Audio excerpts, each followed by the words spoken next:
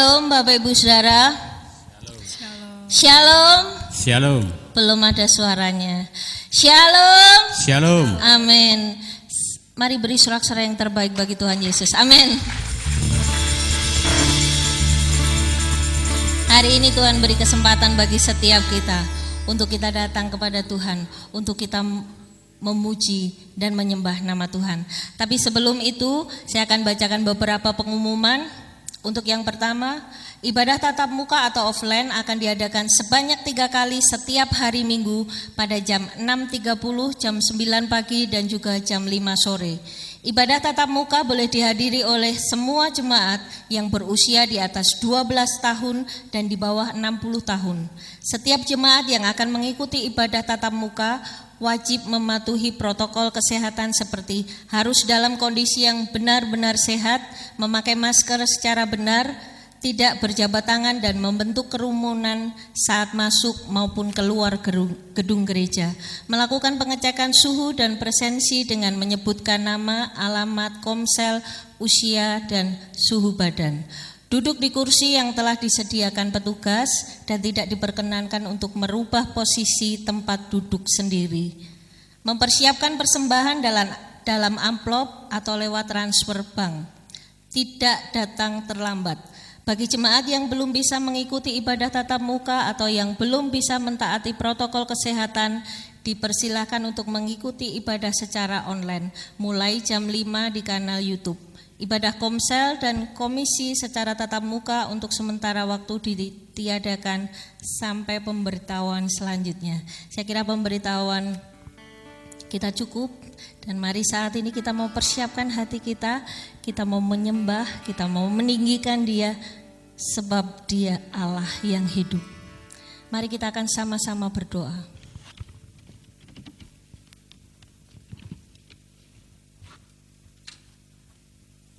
Bapa yang baik, Bapa yang luar biasa, Bapa yang hidup, Engkau Allah yang luar biasa bagi kehidupan kami. Saat ini Tuhan, kesempatan yang kami terima akan kami gunakan sebaik-baiknya untuk kami boleh meninggikan dan memuliakan nama-Mu Yesus. Berkati ruangan di tempat ini Tuhan, nyatakan hadirat-Mu nyata di tempat ini. Dan biarlah kami boleh semua memuji dan menyembah-Mu Yesus. Kami bersyukur buat hari ini, kami bersyukur Tuhan. Kami siap memuji dan memuliakan nama-Mu Tuhan. Di dalam nama Tuhan kami Yesus Kristus, kami menyerahkan ibadah kami pada hari ini. Bersama-sama katakan amin. Boleh beri sorak-sorai yang terbaik bagi Tuhan Yesus. Saya undang kita semua untuk kita boleh bangkit berdiri bersama-sama. Kalau kemarin kita sudah merayakan hari kemerdekaan ya, kemerdekaan Republik Indonesia. Saat ini karena kemerdekaan itu kita boleh memuji, kita boleh datang di tempat ini. Itu adalah anugerah yang Tuhan berikan bagi setiap kita. Mari beri sorak-sorai yang terbaik kembali bagi Tuhan Yesus. Sebab Dia Allah yang setia, Dia Allah yang setia bagi setiap kita. Haleluya. Beri tepuk tanganmu yang terbaik bagi Tuhan. Haleluya. Amin.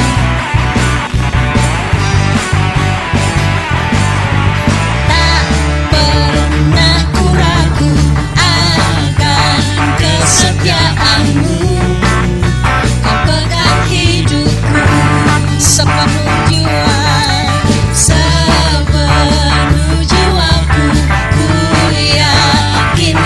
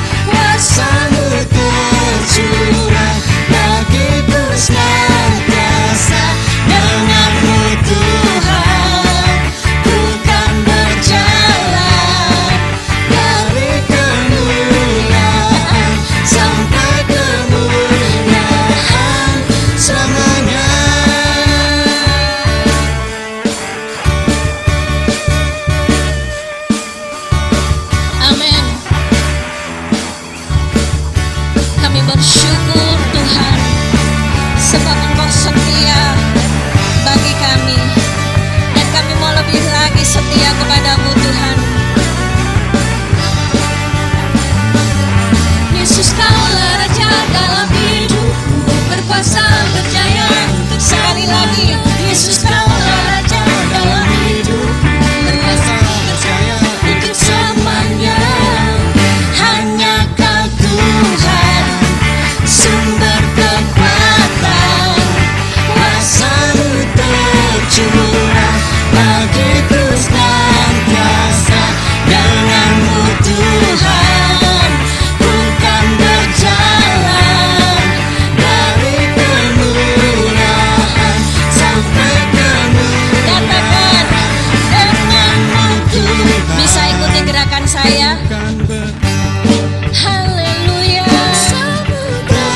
Tercurah bagiku senantiasa. Dengan-Mu Tuhan, ku kan berjalan dari kemuliaan. Belum ada yang mengikuti, ayo ikuti gerakan saya ya. Dengan-Mu Tuhan, ku kan berjalan, kuasa-Mu tercurah bagiku senantiasa. Dengan-Mu Tuhan, haleluya, kan berjalan, amin, dari kemuliaan sampai kemuliaan selamanya, amin. Dari kemuliaan sampai kemuliaan Tuhan, biar nama-Mu diagungkan di seluruh bumi ini. Beri sorak-sorai yang terbaik bagi Tuhan. Haleluya. Biarlah kemenangan yang terjadi di negeri Indonesia ini terjadi juga di dalam diri kita. Amin. Kemenangan demi kemenangan terjadi di tempat ini. Mari kita siapkan hati kita. Haleluya. Kami rindu Tuhan, lawatan-Mu bagi setiap kami Yesus.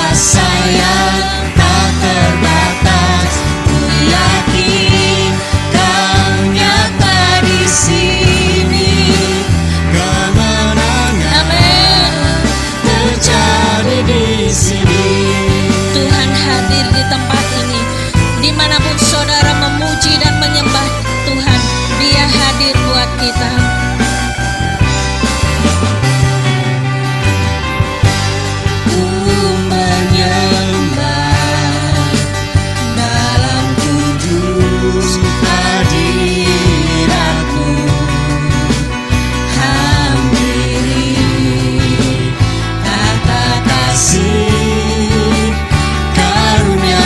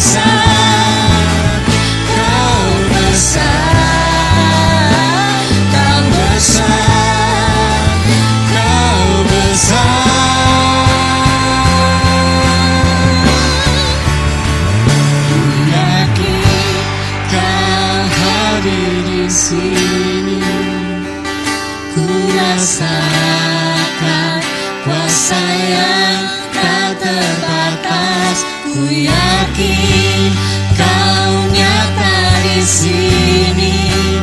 Kemenangan terjadi dengan iman. Ku yakin Kau hadir di sini. Ku rasakan kuasa yang tak terbatas. Ku yakin Kau nyata di sini. Kemenangan terjadi di katakan sini. Kesembuhan, kesembuhan terjadi di sini. Pemulihan, pemulihan terjadi di sini. Sorak-sorak bagi Dia. Haleluya, haleluya. Mari sembah Dia, mari tinggikan Dia. Syukur, syukur bagimu. Haleluya, haleluya. Kami menyembah-Mu Tuhan, kami meninggikan Engkau, Raja di atas segala raja. Haleluya, syukur, syukur, syukur.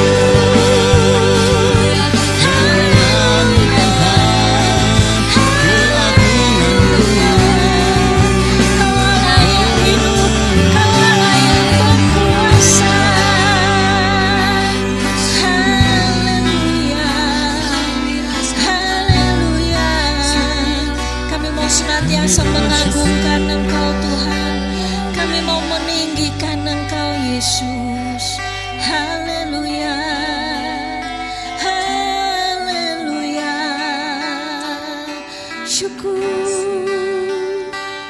terima kasih Tuhan. Kami mau pergunakan kesempatan kami sebaik-baiknya Tuhan.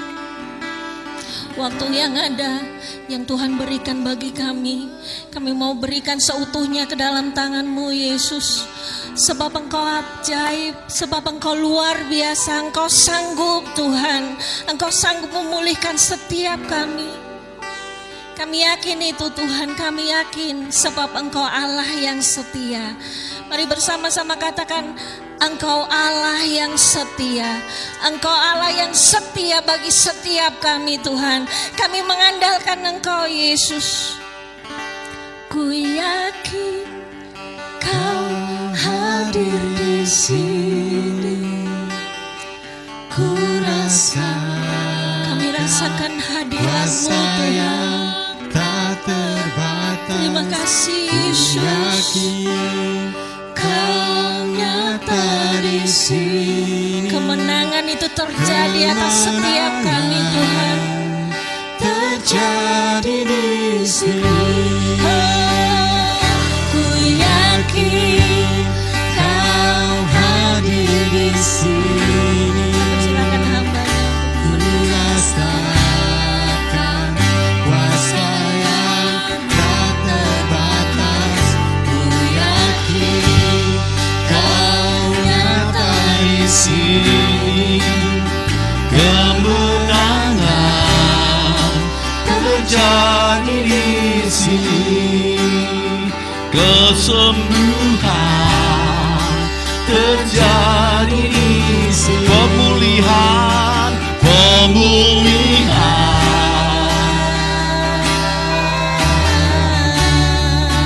terjadi di sini. Merdeka! Merdeka!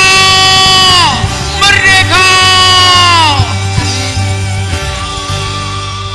Kami mengucap syukur Tuhan, Engkau yang telah memerdekakan kami, dan bahkan kutuk dosa tidak lagi ada di dalam jebakan hidup kami.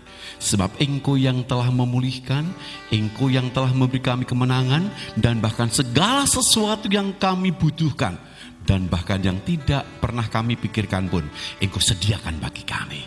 Terima kasih Bapa Surgawi, Allah yang besar, Allah yang kuasa, di dalam nama Tuhan Yesus Kristus. Kami mau Tuhan Yesus, Engkau yang selalu membawa kami di dalam setiap langkah-langkah rencana Allah, dan itu adalah damai sejahtera dan kebaikan bagi kami. Kami mau dengar kebenaran firman-Mu. Mari Allah Roh Kudus, tuntun kami, pimpin kami, urapi kami dalam nama Tuhan Yesus Kristus. Haleluya.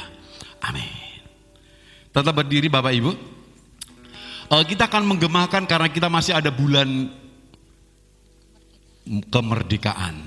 Kita akan gemakan Mars Kemenangan. Masih ingat, hafal? Nah saudara, saya percaya kalau pelaku-pelaku daripada perjuangan akan nyanyikan ini, dia gak bisa memandangkan, hanya biasa tetesan air mata. Na na na na na na na na na na na. Ya. Semangat, haleluya. 17 Agustus tahun 45, itulah hari kemerdekaan kita. Hari merdeka, nusa dan bangsa, hari lahirnya bangsa Indonesia. Merdeka, sekali merdeka tetap merdeka. Selama hayat masih dikandung badan, kita tetap setia mempertahankan Indonesia.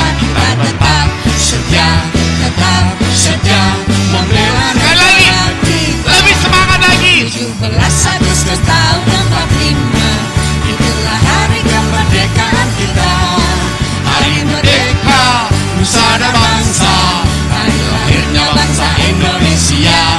Merdeka, sekali merdeka tetap merdeka. Selama hayat masih dikandung badan, kita tetap setia mempertahankan Indonesia. Kita tetap setia membela negara kita. Merdeka! Merdeka! Merdeka! Merdeka! Merdeka! Merdeka! Haleluya, kemuliaan bagi nama Tuhan. Silakan duduk. Bapak, Ibu, dan saudara yang kekasih di dalam nama Tuhan Kristus, pekik kemerdekaan yang seperti itu 76 tahun yang lampau masih berkumandang dengan heroiknya. Kenapa? Karena mereka ini benar-benar merasakan bagaimanakah hidup di dalam penjajahan. Mereka-mereka yang pelaku daripada perjuangan itu bisa merasakan betapa menderitanya hidup di dalam penjajahan. Saudara kekasih dalam nama Tuhan Kristus, hari ini mari kita akan renungkan berkenaan dengan Hari Dirgahayu Republik Indonesia yang ke-76, maka tema kita adalah merdeka atau mati. Roma 8 ayat yang kedua. Roh yang memberi hidup telah memerdekakan kamu dalam Kristus dari hukum dosa dan hukum maut. Haleluya. Bapak, Ibu, dan saudara, dalam masa perjuangan 45 bangsa Indonesia pernah punya semboyan, yaitu merdeka atau mati. Nah, di dalam perayaan Hari Kemerdekaan Republik Indonesia setiap bulan Agustus, semboyan ini banyak bermunculan di berbagai media. Setiap orang tahu makna dan pentingnya semboyan itu dalam sejarah terbentuknya negara Kesatuan Indonesia. Bapak, Ibu, dan saudara, kalau kita cermati secara mendalam, ternyata semboyan itu tidak sekedar punya arti lebih baik mati daripada tidak merdeka. Kalau kita kaitkan dengan iman kekristenan, semboyan itu, saudara, juga punya arti, yaitu pilihan hidup. Kalau kita tidak bisa hidup merdeka dari dosa, maka kita akan menjalani hidup dengan kematian. Tuhan Yesus sudah datang dari sorga, mengambil rupa manusia, dan bahkan dia ini rela mati menebus dosa manusia. Kita tidak dapat dengan usaha sendiri dibebaskan dari belenggu kematian. Tetapi karena darah anak domba, kita dapat memperoleh kemerdekaan dari hukuman dosa, saudara. Beda, kalau kemerdekaan sebuah bangsa itu diperjuangkan dengan pengorbanan jiwa, raga, dan bahkan nyawa oleh para pejuang-pejuang. Tetapi kemerdekaan, kebebasan orang berdosa dari penjajahan iblis itu hanya oleh karena anugerah Allah di dalam Yesus Kristus. Bapak, Ibu, dan Saudara, di dalam Efesus 2 ayat 8 dan 9 pun mengatakan bahwa sebab karena kasih karunia kamu diselamatkan oleh iman. Jadi oleh karena iman percaya kepada Yesus kita itu diselamatkan. Itu bukan hasil usaha kita, tetapi pemberian Allah secara anugerah. Pemberian secara gratis dan bukan hasil pekerjaan kita. Maka kita nggak boleh terlalu sombong. Kita nggak boleh memegahkan diri. Karena apa? Kita dimerdekakan, kita ditebus itu oleh karena anugerahnya Allah. Bapak, Ibu, dan Saudara kekasih di dalam nama Tuhan Kristus, oleh karena kemerdekaan kita sebagai orang percaya, maka darah yang tercurah itulah sebagai penebus dari setiap kita yang terkungkung dan terikat di dalam penjajahan iblis dosa, dan itu diberikan kepada kita oleh karena pengorbanan Kristus. Bapak, Ibu, dan Saudara, tetapi ada banyak kenyataan yang terjadi, bahwa banyak orang-orang Kristen yang sudah menerima kemerdekaan yang daripada Tuhan justru menjadi apatis dan malah mundur dari imannya. Ada begitu banyak mereka itu pilih mati rohani atau mati suri, atau bahkan dia menjalankan perintah Tuhan dengan seenaknya. Itu yang tadi saya katakan, apakah kita mau merdeka atau mati? Ada banyak orang-orang Kristen tidak pernah menyadari bahwa dirinya sudah dimerdekakan, tetapi justru dalam melakukan tugas tanggung jawabnya, dia seakan-akan pilih mati, bukan merdeka.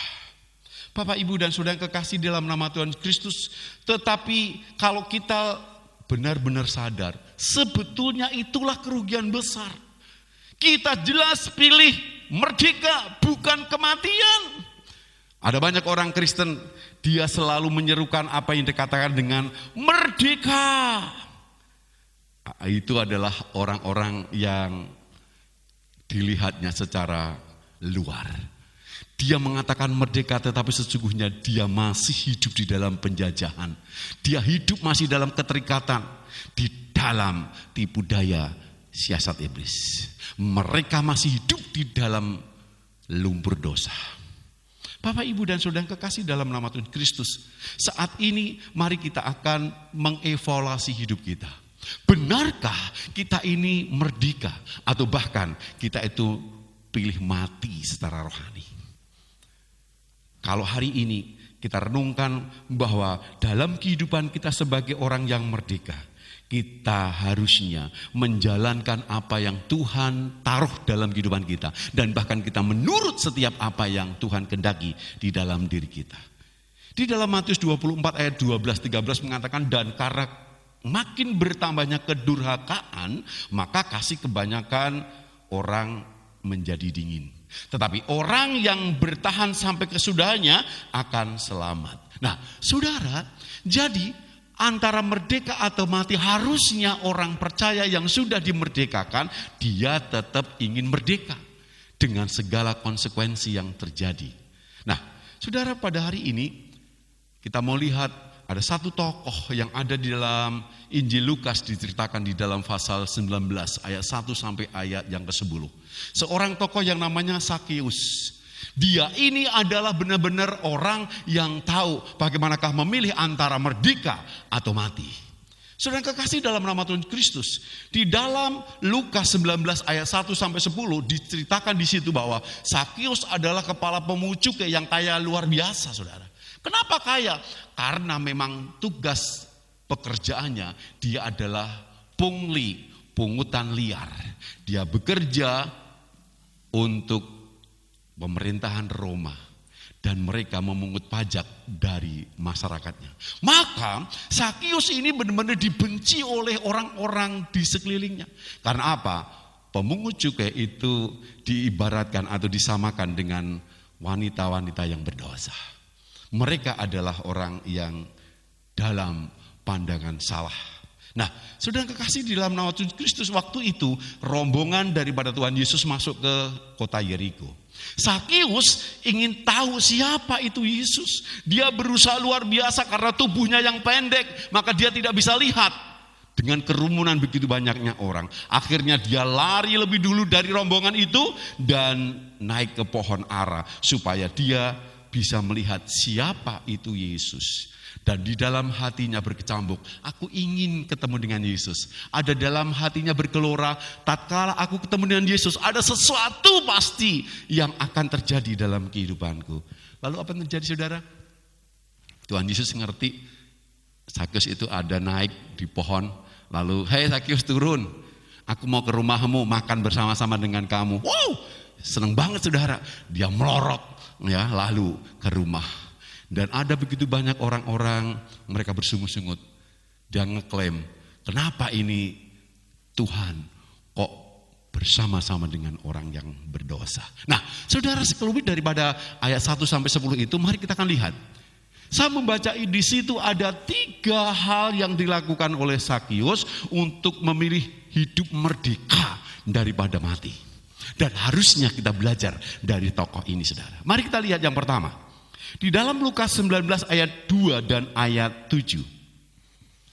Di situ ada seorang bernama Sakius, kepala pemungut cukai, dan ia seorang yang kaya. Tetapi semua orang yang melihat hal itu bersungut-sungut, katanya, ia menumpang di rumah orang berdosa. Haleluya, terima kasih. Rupanya, saudara, Sakius ini sadar bahwa dia adalah orang berdosa, bahwa dia hidup di dalam dosa. Nah, kalau tidak menyadari hal itu, tidak mungkin dia cari Tuhan Yesus. Sakius bisa saja menikmati hidupnya sebagai pemungut cukai yang kaya raya. Sedang kekasih dalam nama Tuhan Kristus, maaf, ada begitu banyak orang-orang Kristen yang sudah menikmati hidupnya sebagai orang yang diselamatkan, orang yang dianugerahi oleh karena Allah, tetapi tidak pernah sadar jatuh dalam dosa. Yang pertama, saudara, Sakius ini untuk memilih hidup merdeka daripada mati, yang pertama yang dilakukan Sakius adalah Sakius sadar bahwa dia orang yang berdosa. Bapak, Ibu, dan saudara, ada begitu banyak orang-orang Kristen yang dalam dirinya dia ini sudah ada kemerdekaan yang telah diberikan oleh Tuhan Yesus, tetapi tatkala dia lakukan perbuatan dosa, dia nggak pernah sadar tuh.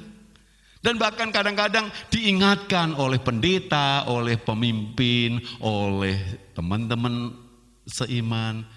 Dia katakan apa? Yo, itu kan urip-uripku dewi. Ya, itu kan duit-duitku dewi. Ya, itu kan karep-karepku dewi dan sebagainya. Dia terlalu masa bodoh. Dan bahkan dia katakan, kuwi kan awak-awak aku dewi, ya, duit-duitku dewi. Kenapa kowe ngurusi dan sebagainya, saudara? Dia tidak mau berjalan dalam jalur yang benar.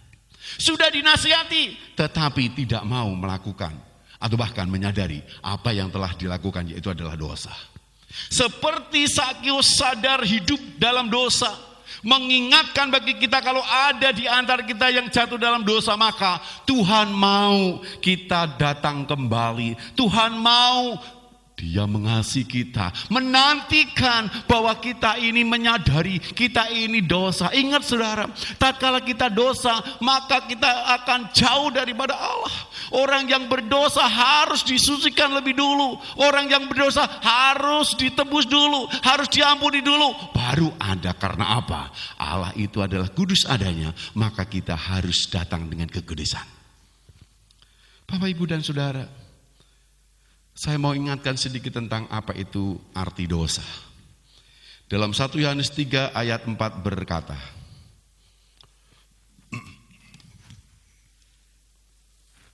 yuk. Setiap orang yang berbuat dosa melanggar juga hukum Allah. Sebab dosa ialah pelanggaran hukum Allah. Haleluya. Dosa adalah pelanggaran hukum Allah. Setiap kita, setiap Bapak Ibu Saudara melanggar kebenaran firman Tuhan, itu namanya dosa. Alkitab itu berisikan firman Tuhan yang adalah sumber kebenaran. Nah, jadi bagaimana dosa itu bisa terjadi? Yakobus 1 ayat 14-15. Tetapi tiap-tiap orang dicobai oleh keinginannya sendiri, karena ia diseret dan dipikat olehnya. Dan apabila keinginan itu telah dibuahi, ia melahirkan dosa. Dan apabila dosa itu sudah matang, ia melahirkan maut. Haleluya. Jadi ada keinginan daging. Rupanya disambut dengan sesuatu yang pas dengan keinginan daging tersebut. Nah, terjadilah pembuahan dan menjadi dosa dan melahirkan maut. Saudara, kadang-kadang orang Kristen, aku ora dosa kok, aku ora salah kok gitu ya saudara.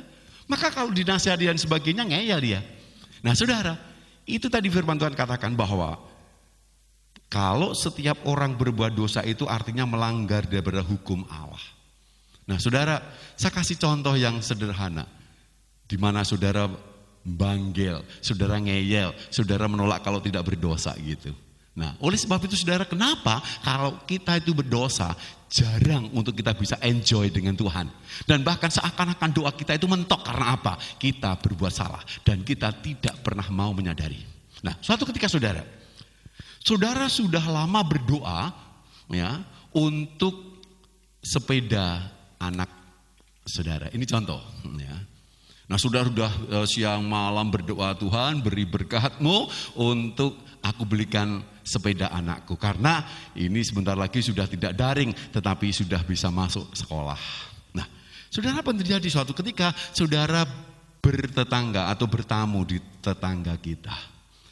Enggak tahu apakah panjenengan adalah petugas dasawisma atau mungkin petugas panitia pitulasan ya, minta serkiler gitu kan, datang ke tetangga. Lalu yang berikutnya, tetangga menyambut dengan baik. Silakan duduk loh. Kok tumben kenapa? Oh gini. Lalu yang pun terjadi saudara, karena jarang kita itu bertetangga karena hampir 2 tahun ke saudara enggak boleh kita berkerumun, maka tangga ini buat minum.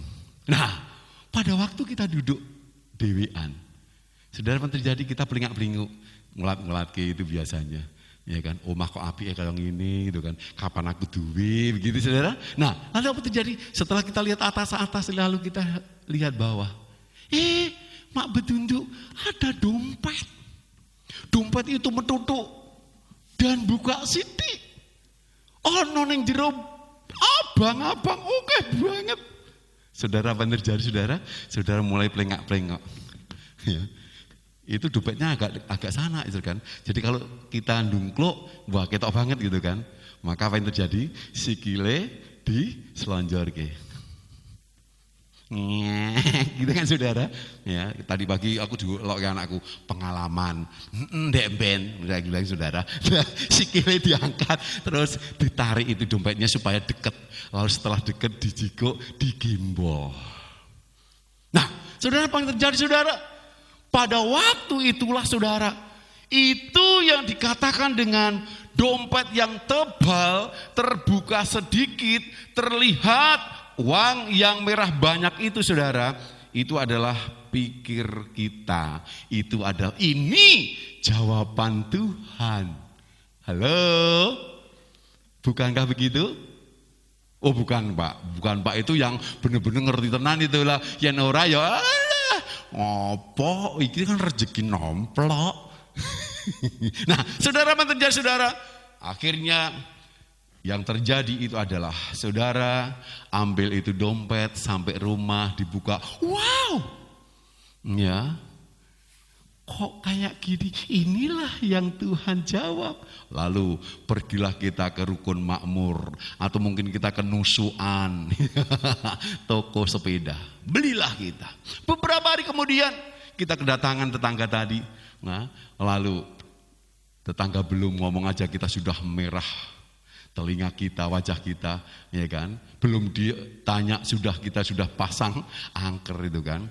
Benarkah waktu itu panjenengan tahu dompet saya? Oh enggak tahu. Ya kan? Padahal belum masuk ke situ kan saudara. Nah harusnya opo jengan wan dan sebagainya. Singkat ceritanya saudara, tetangga itu bukan karena tidak alasan datang ke rumah kita. Karena ternyata apa saudara? Di rumah dia ada CCTV. Jadi pada waktu sikil begini tadi terus jiko ketok saudara. Dan saudara tidak bisa suwolo diproses karena saudara tidak mau ngakoni dan bahkan ngeyel ngejak padu sampai ada yang berwajib harus bertindak. Dan akhirnya panjenengan harus kuliah singkat. Saudara kekasih dalam nama Tuhan Yesus. Karena apa saudara? Karena keinginan daging saudara disambut oleh dompet tebal yang buka siti abang jeleng-jeleng itu saudara. Itulah yang mengakibatkan dosa. Bapak Ibu dan Saudara, Roma 6 ayat 23 mengatakan sebab upah dosa ialah maut. Nah, saudara, ada dosa yang mendatangkan maut dan ada dosa yang tidak mendatangkan maut.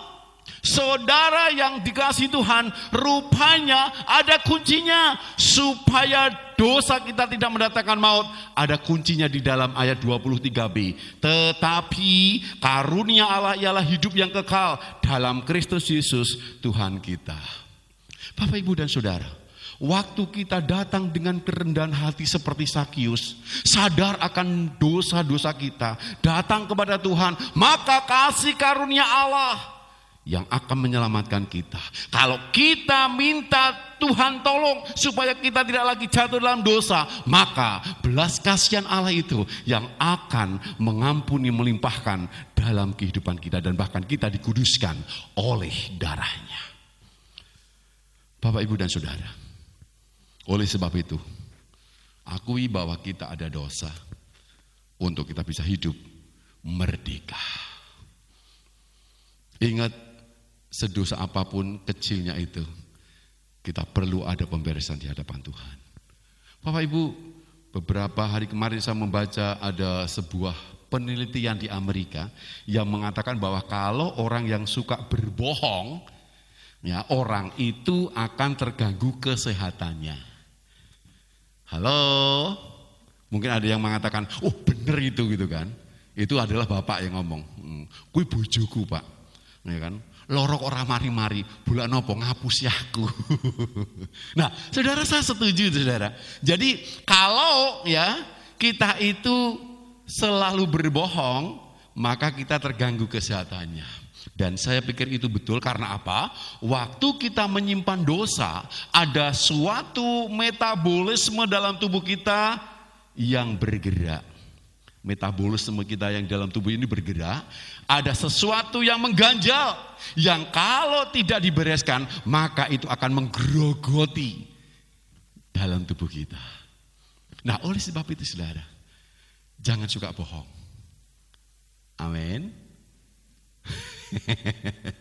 Jadi kalau panjenengan gak suka bohong karena apa saudara, waras-waras semua, sehat semua. Jadi yang rata kok itu yang sakit itu yang bohong gitu kan. Itu menurut penelitian saudara. Jadi orang yang suka bohong itu akan sering terganggu kesehatannya. Maka jangan suka bohong. Nah, Bapak Ibu dan Saudara, oleh sebab itu Tuhan mau kita ini benar-benar datang di dalam setiap kehidupan yang kita butuh sebuah pembersihan. Mari jangan sampai kehidupan yang kotor itu membuat kita lagi hidup di dalam ketidakmerdekaan. Tetapi biarlah segera dari segala kotoran-kotoran yang membuat kita jatuh dalam dosa, kita mau hati kita dibersihkan. Orang yang suci hatinya akan mudah bertemu dengan Tuhan. Orang yang tidak berdosa itu akan cepat intim dengan Tuhan. Itu yang dialami oleh Sakius. Yang kedua, mengapa Sakius lebih suka merdeka daripada mati? Ayat 3 dan 4 Lukas 19. Ia berusaha untuk melihat orang apakah Yesus itu, tetapi ia tidak berhasil karena orang banyak sebab badannya pendek. Maka berlarilah ia mendahului orang banyak, lalu memanjat pohon ara untuk melihat Yesus yang akan lewat di situ. Haleluya. Bapak, Ibu, dan Saudara, Sakeus belum kenal siapa itu Tuhan Yesus. Tidak tahu Tuhan Yesus itu seperti apa. Tetapi Saudara, Sakeus berusaha mati-matian dengan segala resikonya. Dia mencari Tuhan. Ada yang kalau tidak bisa ketemu, dia benar-benar piye caranya. Ini Sakeus dengan keterbatasan hidupnya yang terbatas dengan apa yang ada di dalam dirinya, dia berusaha untuk dia itu bisa ketemu, melihat Yesus. Bapak, Ibu, dan Saudara, ada begitu banyak orang-orang Kristen banyak alasan tidak mau ketemu Yesus, tidak mau cari Yesus. Ketika hujan sidik saja, mereka tidak lagi lanjutkan untuk datang pada Tuhan. Sakit yang namanya mumet sidik aja sudah tidak lagi mau persekutuan. Ada problem permasalahan sedikit pun sudah mulai dengan mundur atau bahkan dia murtad, tidak lagi mau ketemu sama Tuhan. Bapak, Ibu, dan Saudara, begitu banyaknya alasan-alasan, ada begitu banyak halangan yang mengakibatkan orang yang sudah tahu bahwa hidupnya dimerdekakan Allah, tetapi setiap kehidupannya justru tidak ingin ketemu dengan Yesus. Bapak, Ibu, dan Saudara, Sakeus sudah mapan. Sakeus menikmati segalanya. Dia punya segala-galanya. Tetapi Sakeus tahu dia butuh Tuhan Yesus. Tidak perlu bangkrut dulu baru cari Yesus. Tidak harus sakit dulu baru butuh Yesus. Berapa banyak orang-orang Kristen, aku nanti yang sembuh baru aku neng gereja ya. Aku nanti kalau ada begitu alasannya untuk dia bisa datang pada Tuhan. Bapak, Ibu, dan Saudara, Sakeus tidak menunggu dia sakit dulu, dia bangkrut dulu, dia amburadul dulu, dia kacau dulu untuk datang ketemu Yesus. Tidak. Tetapi dia benar-benar ada satu kerinduan untuk ketemu dengan Yesus. Nah, Saudara, ada satu pertanyaan. Lalu pertanyaannya, kenapa Sakeus mau ketemu dengan Yesus? Saudara, saya pada waktu membaca ayat-ayat ini, Saudara, apa sih yang mendorong Sakeus ini benar-benar ingin ketemu Yesus? Dengan pendeknya tubuh dia itu naik ke pohon, lalu dia celingak-celingu dan sebagainya, lari mendahului rombongan. Saudara, pada waktu saya membaca berulang-ulang, ada satu pernyataan yang Tuhan nyatakan. Sakeus, kenapa dia butuh apa yang dikatakan dengan ketemu dengan Yesus? Jawabannya adalah seperti kita di dalam Yohanes 14 ayat yang ke-6. Kata Yesus kepadanya, akulah jalan, kebenaran, dan hidup. Tidak ada seorang pun yang datang kepada Bapa kalau tidak melalui aku. Itulah, Saudara, kenapa Sakeus itu benar-benar dia rindu untuk bisa ketemu Yesus. Karena Yesus satu-satunya jalan dalam hidupnya. Bapak, Ibu, dan Saudara, beberapa tahun yang lalu ada seorang hamba Tuhan dari Amerika. Dia adalah seorang pengarang lagu-lagu rohani yang sangat terkenal. Pada suatu ketika dibel oleh keluarganya untuk dia ini bisa berkunjung. Apa yang terjadi, Saudara? Dia berangkat dengan satu keluarganya dan dengan 4 anaknya. Di tengah jalan, kendaraan yang dinaiki ditabrak truk kontainer. Yang terjadi, Saudara, ke-4 anaknya terlempar keluar. Dan bahkan salah satu anaknya namanya Jeremy mengalami patah tulang dan akhirnya meninggal. Hamba Tuhan ini mengalami shock yang sungguh berat. Tetapi di tengah-tengah kondisi yang seperti itu, dia tidak lari kemana-mana. Dia begitu ingat, dia begitu tahu bahwa hanya Yesus itu tempat dia itu mengadu. Dan apa yang terjadi, Saudara? Tidak singkat sih, dia alami itu shock. Saya juga bisa merasakan, akhir-akhir ini saya juga punya teman hamba Tuhan yang sampai detik ini belum bisa terima kalau keluarganya harus mendahului dia. Sedang kekasih dalam nama Tuhan Kristus, dia katakan Dan saya merasakan juga itu kan saudara. Tatkala keluarganya, bapaknya, ibunya, saudara-saudaranya meninggal, mungkin ada sedikit shock. Tapi bagaimanakah kalau istri atau suami atau pasangan? Itu saya tidak bisa bayangkan karena saya belum mengalami. Tetapi saya bisa mengalami bagaimanakah merasakan teman saya ini. Tetapi saudara hamba Tuhan ini, dia tidak lama-lama untuk mengalami shock yang ada dalam dirinya. Lalu dia datang pada Tuhan. Suatu ketika Tuhan jamah hatinya, Tuhan hiburkan. Lalu dia buka itu Alkitab. Dia buka di dalam kitab Yesaya pasal 43. Apa yang terjadi saudara? Dari perenungan yang dia mengalami perjumpaan dengan Tuhan, dia bisa buat lagu pujian yang berjudul Dia Buka Jalan, yang sering kita bisa juga nyanyikan. Siapakah hamba Tuhan itu saudara? Hamba Tuhan itu adalah Don Moon. Dia adalah pengarang dan bahkan dia seorang worship leader. Dia adalah pencipta lagu daripada rohani, dan lagunya bisa dinikmati dan memberkati orang-orang seluruh dunia. Dia buka jalan saat tiada jalan dan sebagainya seperti itu saudara.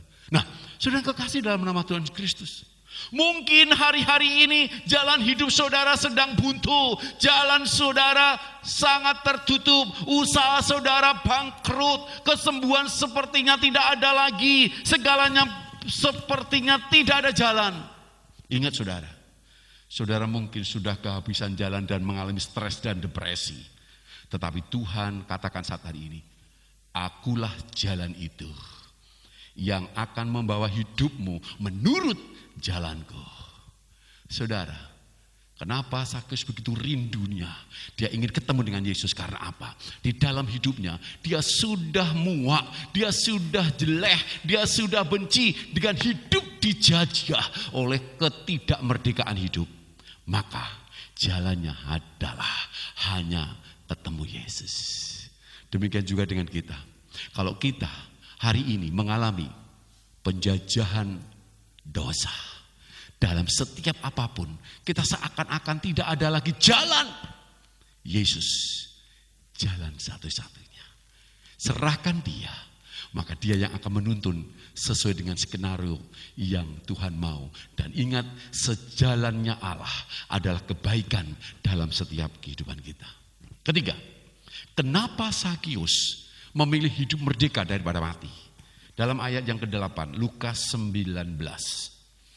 Tetapi Sakeus berdiri dan berkata kepada Tuhan, Tuhan, setengah dari milikku akan kuberikan kepada orang miskin, dan sekiranya ada sesuatu yang kuperas dari seseorang, akan kukembalikan 4 kali lipat. Wow! Saudara, akhir daripada dia ini cari Yesus, dia ketemu Yesus, dan dia mulai dimerdekakan.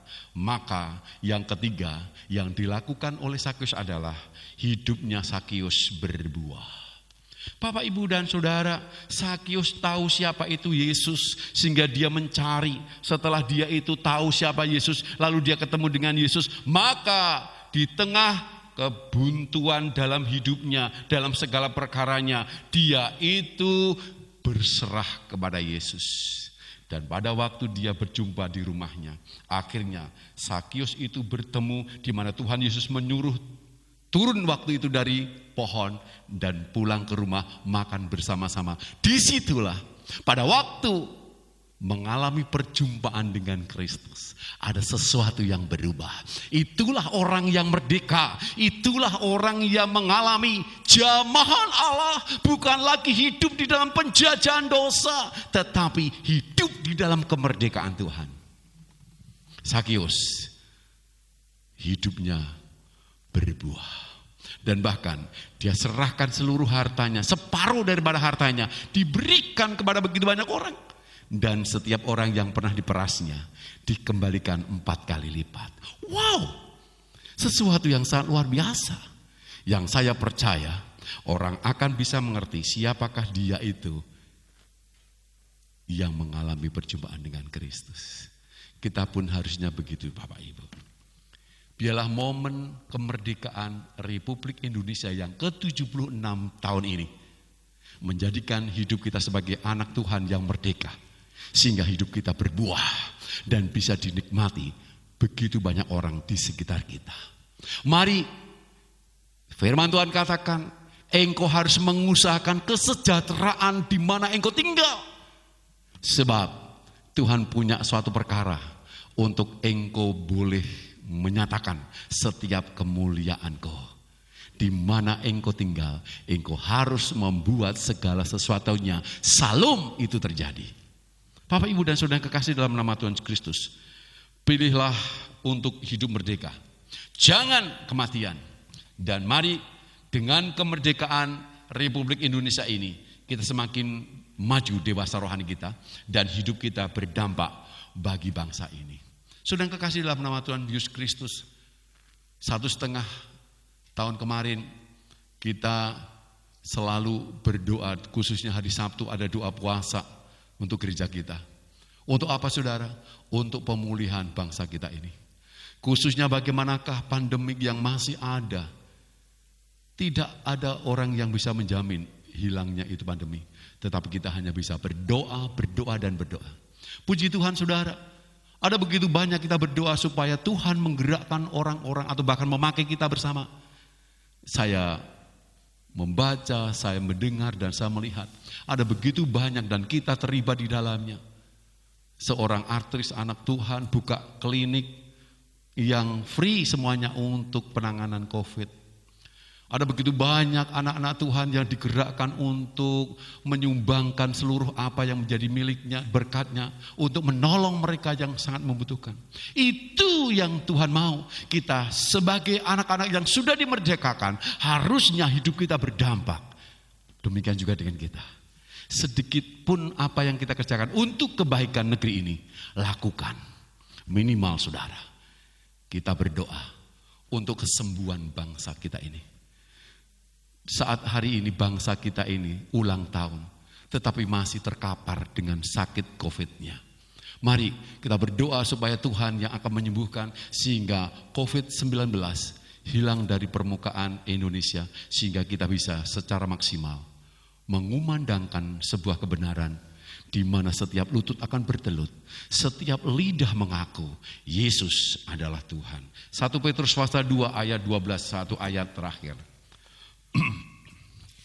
Milikilah cara hidup yang baik di tengah-tengah bangsa-bangsa bukan Yahudi, supaya apabila mereka memfitnah kamu sebagai orang durjana, mereka dapat melihatnya dari perbuatan-perbuatanmu yang baik dan memuliakan Allah pada hari Ia melawat mereka. Haleluya. Kiranya itu tidak akan menjadi topos celah untuk kita tetap berbuat baik. Tidak akan pernah ada celah untuk kita itu dijelek-jelekin, untuk kita disalahkan. Karena apa?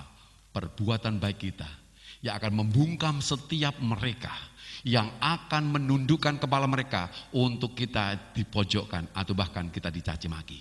Karena memang demikianlah orang yang merdeka. Harusnya kita bebas dengan kebebasan yang bertanggung jawab di hadapan Tuhan untuk melakukan segala sesuatu yang memuliakan nama Tuhan. Kiranya Tuhan Yesus menolong dan memberkati kita semua dalam mengisi kemerdekaan kita ini untuk kita mencapai cita-cita kemerdekaan baik jasmani maupun rohani. Haleluya. Mari Bapak, Ibu, dan Saudara, kita akan bangkit berdiri bersama-sama. Kita berdoa untuk negeri ini. Kita tangisi untuk negeri ini, supaya kemuliaan Allah terjadi atas Indonesia.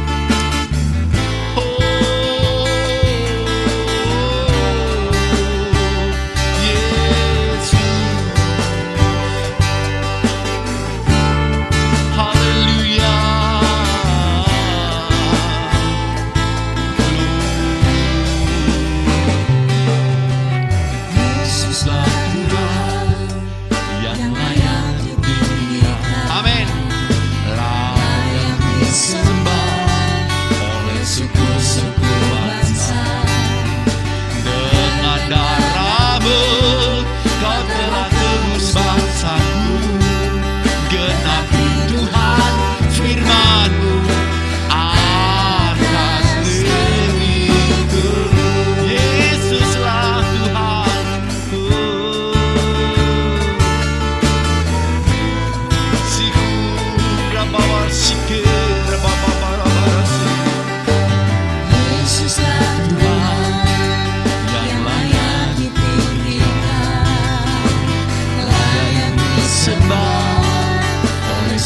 sebuah rasa. Amin, haleluya.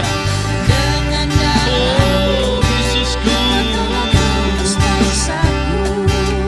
genapi Tuhan firman-Mu atas negeriku. Oh Yesusku, haleluya, haleluya. Amin. Hatiku rindu Allahku. Indonesia penuh kemuliaan-Mu. Haleluya. Aku berdoa Indonesia penuh kemuliaan-Mu. Indonesia bagi kemuliaan. Hatiku rindu, hatiku rindu.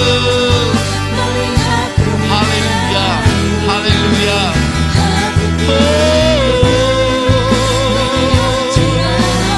Berdoa untuk Indonesia. Oh Yesusku, berdoa untuk setiap suku-suku bangsanya. Boleh percaya terima Yesus sebagai juru selamat. Oh Indonesia bagi kemuliaan. Ya Allahku, ya Allahku, nyatakan kemuliaan-Mu. Ya Allahku, nyatakan curahan kuasa-Mu di tanah tercinta negeriku Indonesia. Aku berdoa Indonesia penuh kemuliaan-Mu. Indonesia bagi kemuliaan-Mu. Ya Allahku, nyatakan kemuliaan-Mu. Ya Allahku, nyatakan. Oh Yesus, Yesus. Indonesia penuh kemuliaan-Mu. Indonesia bagi kemuliaan. Indonesia bagi kemuliaan-Mu. Indonesia bagi kemuliaan. Indonesia, Indonesia bagi kemuliaan-Mu. Mari kita sembah di hadapan Allah untuk bangsa Indonesia. Oh Yesusku, haleluya, haleluya, haleluya,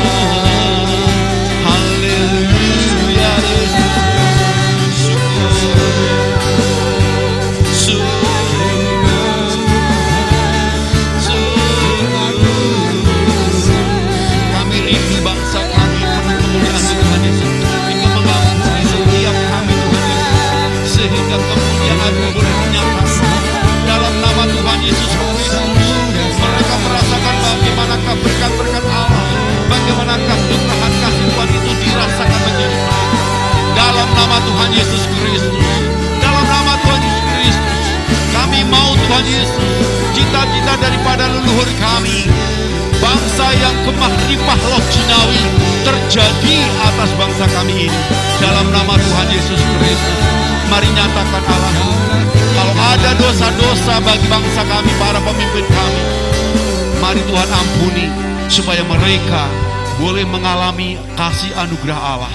Berdoa Tuhan Yesus bagi para pemimpin-pemimpin kami, mereka yang duduk di dalam eksekutif, yudikatif, dan bahkan mereka yang memegang kebijakan-kebijakan pemerintahan. Urapan yang dari Allah terjadi atas hidup mereka, sehingga hikmat-Mu terjadi atas hidup mereka.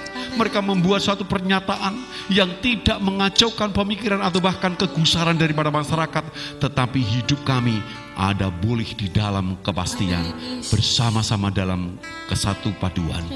Terima kasih Bapak, mulai daripada Bapak Presiden, Wakil Presiden, para menteri, dan bahkan sama seperti Allah di dalam memberkati zamannya Samuel, Daud, dan bahkan perjanjian lama, Tuhan menyatakan teokrasi begitu luar biasa. Demikian juga di bangsa kami.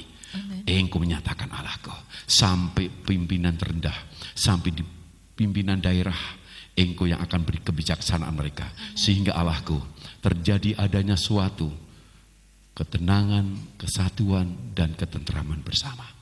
Kami berdoa untuk COVID-19. Mari Tuhan, dari beberapa sektor, mereka yang ambil keputusan adalah keputusan yang tepat oleh karena hikmat-Mu. Sehingga Tuhan secepatnya COVID-19 ini hilang dari muka bumi Nusantara. Terima kasih Bapa Surgawi. Kami menyerahkan untuk sidang jemaat. Kiranya Engkau yang memberkati dalam keadaan situasi apapun juga, yang lemah dikuatkan, yang sakit disembuhkan, yang kekurangan dilimpahkan dalam nama Yesus Kristus. Dalam nama Yesus. Biar mereka punya hati untuk memuliakan Engkau. Berdoa untuk gereja cabang yang ada di Gumbeng, yang ada di Jenggerik, yang ada di Banyuanyar dan Boyolali. Dalam nama Tuhan Yesus Kristus, Engkau yang akan bekerja atas hidup hamba-hambamu dan anak-anakmu. Baik mereka yang dalam situasi kondisi apapun di dalam lawatan Allah. Terima kasih Bapa Surgawi. Engkau yang akan tetap bekerja dalam hidup kami.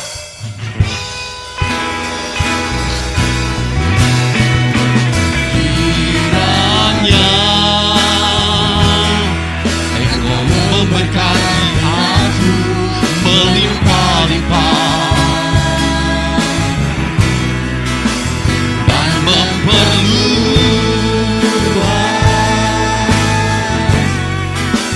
daerahku,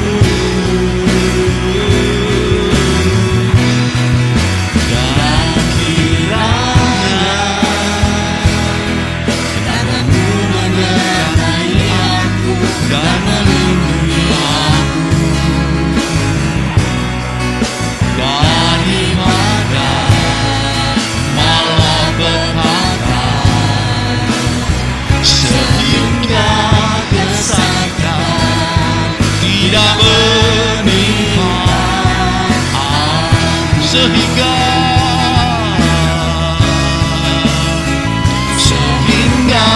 kesakitan tidak menimpa Tuhan. Tuhan mendengarkan dan menjawab doaku. Amin. Amin. Mari kita akan mengadakan tangan kita di hadapan Allah. Terimalah berkat yang daripada Tuhan. Diberkatilah seluruh hidupmu, diberkati keluargamu, diberkati anak cucumu, diberkati ekonomimu, diberkati kesehatanmu, diberkati dengan tanganmu untuk melakukan segala sesuatu berhasil adanya. Pada waktu engkau keluar, engkau akan masuk dengan berkat-berkat Allah. Pada waktu engkau pergi, engkau akan pulang dengan berkat-berkat Allah. Diberkati untuk jadi berkat, disembuhkan untuk menyembuhkan, dipulihkan untuk memulihkan. Bapak, Ibu, dan saudaraku yang kekasih, sekarang pulanglah dengan damai sejahtera yang daripada Allah Bapa, cinta kasih daripada Tuhan Yesus Kristus, anaknya yang tunggal itu, dan persekutuan Allah Roh Kudus yang akan membawa hidupmu dari kemenangan menuju kemenangan, mulai hari ini sampai selama-lamanya. Haleluya. Amin.